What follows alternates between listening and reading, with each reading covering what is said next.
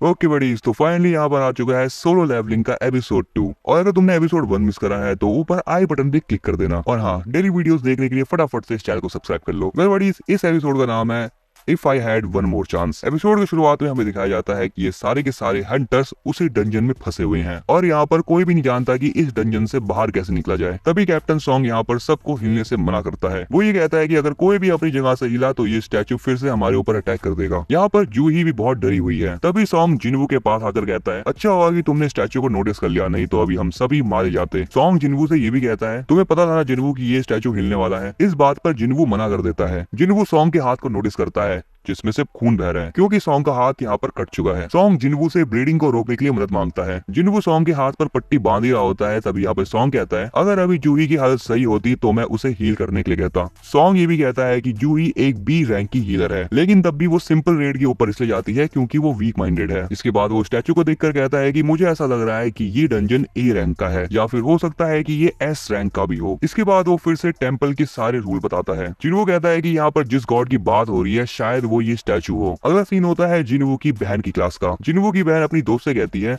Class start होने वाली है, तुम कहाँ चली गई थी? जिसका आंसर देते हुए उसकी दोस्त कहती है कि उसे कुछ काम आ चुका था। तभी हमें बताया जाता है कि जिनवू की बहन का नाम है जिनहा। जिना की दोस्त उससे कहती है कि तुम्हारा भाई हंटर है ना? जिना कहती है हाँ, लेकिन वो एक ई रैंक हंटर है, इसीलिए जब भी वो मिशन से आता है उसके शरीर पे हमेशा कोई ना कोई चोट रहती है। जिसके बाद जिना अपनी दोस्त से कहती है कि तुमने ऐसी बात क्यों पूछी? उसकी दोस्त कहती है कि उसने ये बात बस ऐसी पूछ ली, लेकिन तभी वो खुद से कहती है कि अगर मैं उसकी जगह होती तो मेरी हालत ऐसी नहीं होती। अगला सीन फिर से डंजन का होता है। यहाँ पर सॉन्ग जिनवू को कहता है, मुझे नहीं लगता कि हम उसके ओपोनेंट हैं। सॉन्ग जिनवू से बात कर ही रहा होता है कि तभी पीछे से एक हंटर चिल्लाता है, मैंने एक बहुत बड़ी एसोसिएशन के साथ कॉन्ट्रैक्ट किया है, इसलिए मैं अभी यहाँ पे नहीं मर सकता। वो ये बताता है कि उसे अपनी स्पीड के ऊपर इतना भरोसा है कि वो किसी के भी अटैक से बच सकता है, लेकिन जैसे वो अपनी फुल स्पीड का यूज करके गेट की तरफ भागता है, स्टैचू ऑफ गॉड अपनी लेजर बीम से उसका पूरा शरीर उड़ा देता है, बस उसके पैर बच जाते हैं। एंड लिटरली बडीज, यहाँ पर ये वाला सीन बहुत भयानक था। इस हंटर के साथ अभी अभी जो हुआ ये देखकर बाकी के हंटर दोबारा से खौफ में आ जाते हैं। सॉन्ग कहता है कि ये चीज हमें चींटी की तरह कभी भी मसल सकती है, बट यहाँ पर जिनवू थोड़ा कंफ्यूज है और वो कहता है, अगर ऐसी बात है तो इस स्टैचू ने हमारे ऊपर अभी तक अटैक क्यों नहीं करा? एंड यहाँ पर थोड़ी देर तक सोचने के बाद जिनवू सॉन्ग से टेम्पल का फर्स्ट रूल पूछता है, जिस पर सॉन्ग कहता है, फर्स्ट रूल ये है कि गॉड की पूजा करो। ये सुनने के बाद जिनवू खड़ा होने लगता है, जिसे देखकर सॉन्ग कहता है कि मुझे नहीं लगता कि तुमने अभी तक हार मानी है। जैसे ही वो पूरा खड़ा होने की कोशिश करता है, यहाँ पर तभी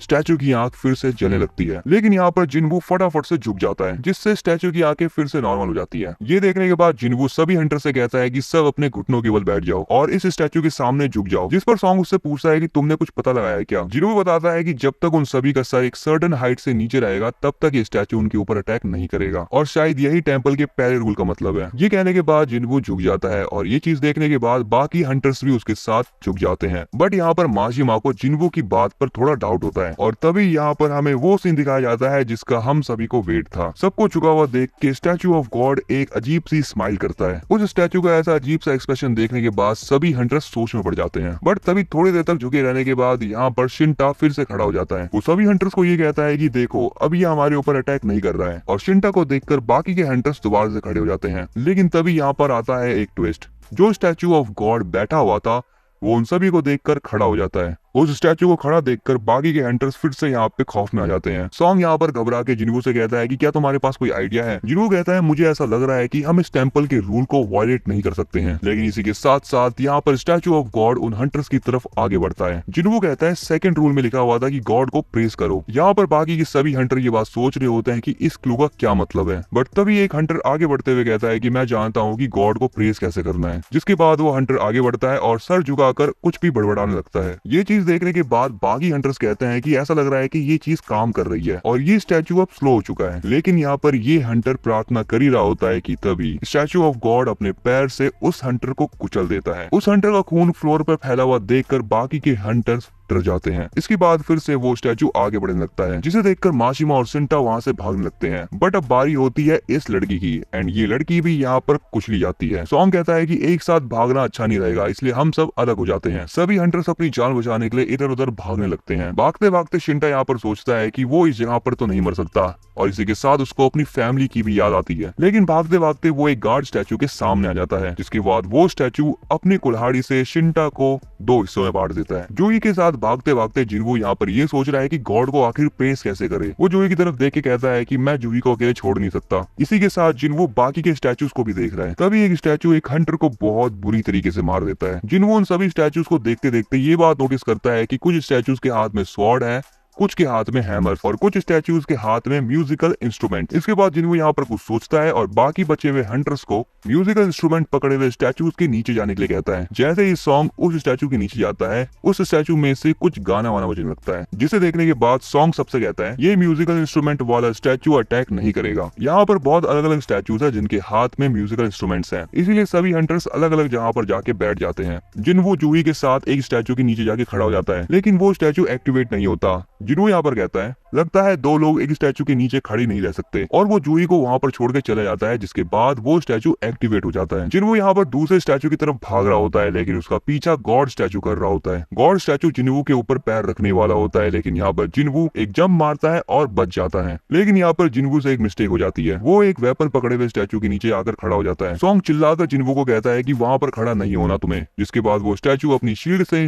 जिनवू के ऊपर अटैक कर देता है। यहाँ पर जूही चिल्लाती है, लेकिन हमें पता लगता है कि जिनवू अभी भी जिंदा है और वो रेंगते रेंगते उस म्यूजिकल इंस्ट्रूमेंट वाले स्टैचू की तरफ बढ़ता है। यहाँ पर स्टैचू ऑफ गॉड भी उसके पीछे पड़ा हुआ है, लेकिन फाइनली यहाँ पर जिनवू अपनी जान बचा लेता है, जिसके बाद उस स्टैचू से म्यूजिक बजने लगता है और यहाँ पर जिनवू सोचता है कि यही तरीका है गॉड को प्रेस करने का। इसके बाद गॉड स्टैचू भी शांत हो जाता है और अपनी सीट पे जाके वापस बैठ जाता है और वो अजीब सी स्माइल करना भी बंद कर देता है। माहौल के शांत होने के बाद यहाँ पर जूही जिनवू के पास भागती हुई आती है और उसे यहाँ पर पता चलता है कि जिनवू का एक पैर आधा कट चुका है। जूही यहाँ पर अपनी हीलिंग मैजिक का बहुत ज्यादा इस्तेमाल कर लेती है, जिसकी वजह से उसके मुंह और आंखों में से खून निकलने लगता है। दूसरी तरफ यहाँ पर माशिमा सॉन्ग से कहता है कि तुमने एज अ कैप्टन बहुत जल्दबाजी में डिसीजन लिया और जो तुमने अपना हाथ गवाया है वो इस चीज का ही कर्मा है। ये बात सुनने के बाद यहाँ पर बाकी के हंटर माशिमा को चुप होने के लिए कहते हैं। सॉन्ग माशिमा को कहता है कि हाँ ये सारी गलती मेरी है क्योंकि फाइनल डिसीजन मेरा ही था। बट जिनवू मनी मन सोचता है कि ये समय बहस करने का नहीं है, क्योंकि अभी भी बहुत से रूल बचे हुए हैं। ये लोग यहाँ पर देखते हैं कि अचानक से गॉड स्टैचू अपना हाथ उठाता है, जिसके बाद यहाँ पर एक भूकंप आ जाता है और जमीन से एक चीज निकलती है, जिसे देखने के बाद जिनवू बताता है कि ये एक ऑल्टर है और माइथोलॉजी के अकॉर्डिंग ये गॉड को सैक्रिफाइस देने के लिए यूज करा जाता है। और इसी के साथ वो तीसरा रूल बताते हुए कहता है कि बिलीव द गॉड। तभी माशिमा यहाँ पर कहता है कि जिनवू मुझे पता है कि इसका मतलब क्या है, एंड यहाँ पर माशिमा अपनी तलवार निकालकर सॉन्ग के गले पर रख देता है। माशिमा कहता है कि मेरा दोस्त अपनी वाइफ से मिलने से पहले ही मारा गया, और वो सॉन्ग से कहता है तुमने ही कहा था कि ये सारी की सारी रिस्पॉन्सिबिलिटीज तुम्हारी है। माशिमा की ये सारी बातें सुनने के बाद सॉन्ग कहता है कि चलो ठीक है मैं अकेले जाता हूँ। पीछे बैठा हुआ जिनवू यहाँ पर सोच रहा होता है कि ये अकेले कैप्टन की गलती नहीं है, हम सब ने ही यहाँ पर आने के लिए वोट किया था। जैसे ही सॉन्ग उस ऑल्टर के पास आगे खड़ा होता है, तभी वहाँ पर एक आग जलने लगती है, जिसे देखने के बाद सॉन्ग जिनवू से कहता है कि मुझे कुछ और भी करना है। जिनवू कहता है मुझे चेक करना पड़ेगा, और तभी वो इन दोनों हंटर्स की मदद मांगता है। वो उन दोनों से कहता है कि तुम मुझे ऑल्टर तक ले जाओ। जिनवू और वो दोनों हंटर जैसे ही वहाँ पर जाते हैं, तभी वहाँ पर और भी ज्यादा आग जलने लगती है। जिनवू सॉन्ग को कहता है कि उसको अभी तक पता नहीं चला कि आखिर करना क्या है। जिनवू सॉन्ग से ये भी कहता है कि अगर हम यहाँ पर वेट करेंगे तो क्या हमें कोई रेस्क्यू करने आएगा। सॉन्ग कहता है कि डंजन क्रिएट होने के बाद आज 7वां दिन है और मुझे लगता है कि हमारे रेस्क्यू होने से पहले वो लोग एक्शन ले लेंगे। जिनवू यहाँ पर सोचता है कि 7वें दिन बाद गेट पूरा खुल जाएगा, जिसे डंजन ब्रेक कहते हैं, जिससे होगा ये कि जो बीस्ट है वो ह्यूमन वर्ल्ड में एंटर कर जाएंगे। इसीलिए टाइम लिमिट पूरा होने से पहले उन्हें डंजन बॉस को हराना पड़ेगा, और अगर यहाँ पे ये लोग फेल हो गए तो ये स्टैचू भी ह्यूमन वर्ल्ड के अंदर जा सकता है। अगला सीन होता है जिना का, जो कि अपने मॉम से मिलने हॉस्पिटल आई है। जिना यहाँ पर अपनी मॉम से बहुत सारी बातें कर रही होती है, लेकिन उसके बदले में उसकी मॉम कोई भी रिस्पॉन्ड नहीं करती। अगला सीन फिर से डंजन का होता है, जहाँ पर जिनवू माशिमा और जूही से उस ऑल्टर के पास आने के लिए कहता है, जिससे बाकी की बची हुई फ्लेम्स भी जल जाए। जैसे ही माशिमा और जूही उस ऑल्टर के पास जाते हैं, बाकी की बची हुई फ्लेम्स भी जल जाती है, जिसके बाद उस ऑल्टर में से एक बिजली निकलती है, जिससे होता यह है कि रेड फ्लेम्स के अराउंड एक ब्लू फ्लेम ही बन जाती है। एंड ऐसा होने के बाद उस टेंपल का गेट भी खुल जाता है। ये सभी आपस में बात कर ही रहे होते हैं कि आखिर ये सब हो क्या रहा है, लेकिन तभी बचे हुए जितने भी स्टैचू हैं वो सारे के सारे एक्टिवेट हो जाते हैं और इनकी तरफ बढ़ने लगते हैं। जिनवू जूही को आग बंद करने से मना करता है। जिनवू कहता है कि अगर ये लोग कहीं और देखेंगे तो ये स्टैचूज उनकी तरफ और भी ज्यादा तेजी से बढ़ने लगेंगे। जिनवू यहाँ पर इस चीज को बचपन में खेले जाने वाले गेम से कंपेयर करता है। वो कहता है कि अपनी आंखें खुली रखो और इन सभी स्टैचूज के ऊपर रखो, लेकिन यहाँ पर इस हंटर की आंखें दुखने लगती है और वो अपनी आंखें झपका के उस गेट से भाग जाती है। उस हंटर के भागने के बाद यहाँ पर ये गेट थोड़ा सा बंद हो जाता है। उस हंटर के भाग जाने के बाद यहाँ पर सॉन्ग जिनवू से कहता है कि आखिर ये सब चल क्या रहा है।